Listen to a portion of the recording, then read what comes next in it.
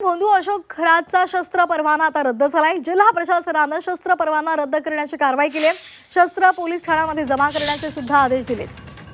15 October 2012 रोजी त्याला शस्त्र परवाना दिलेला होता। आता 1 जानेवारी 2024 रोजी त्याच्या शस्त्र परवान्याचं नूतनीकरण सुद्धा करण्यात आलेलं होतं। मात्र आता त्याचा शस्त्र परवाना हा रद्द केलेला आहे। त्याचबरोबर त्याला शस्त्र जमा करण्याचे सुद्धा आदेश देण्यात आलेले आहेत।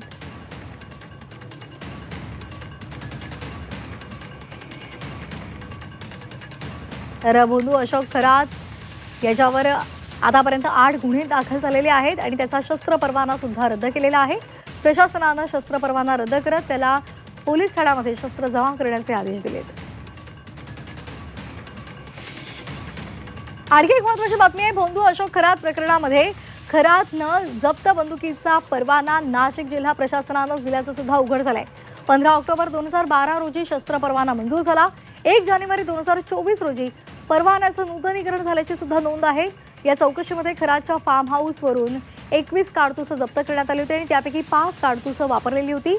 हा वापर कशासाठी केला याचा तपास सध्या सुरू आहे। तर या संदर्भात अधिक माहितीसाठी आपल्यासोबत जोडले गेलेत आमचे प्रतिनिधी योगेश खरे। आपण त्यांच्याकडून या संदर्भातली अधिकची माहिती जाणून घेणार आहोत। तर जिल्हा प्रशासनाने हा परवाना सध्या रद्द केलेला आहे। शस्त्र जमा करण्याचे सुद्धा आदेश दिलेले आहेत। त्यामुळे आता या संदर्भातली आणखी माहिती समोर आली आहे। योगेश खरे आपल्या प्रतिनिधी आपल्यासोबत जोडले गेलेले आहेत। योगेश, काय अधिकचे अपडेट्स आहेत या संदर्भात? एकूणच खरात याने वापरलेले शस्त्रांची तपासणी ही सुरू झालेली आहे। त्याने वापरलेल्या ज्या काही गोळ्या होत्या त्या गोळ्यांच्या उरलेल्या पुरण्या त्याची सुद्धा तपासणी केली जाते। त्यातून नरबळी दिला काय याची शंका सरकारी वकिलांनी आणि SITने या ठिकाणी व्यक्त केली होती। त्या दृष्टिकोनातून तपास केला जातोय। एकूणच शस्त्र परवाना हा 2012 मध्ये घेतल्याचं समोर आलेलं आहे आणि 2024 मध्ये त्याचं नूतनीकरण सुद्धा केल्याचं समोर येत आहे। दरम्यान या सर्व प्रक्रियेमध्ये आता हा शस्त्र परवाना रद्द करण्याच्या हालचाली सुद्धा जिल्हा प्रशासनाने सुरू केल्या आहेत।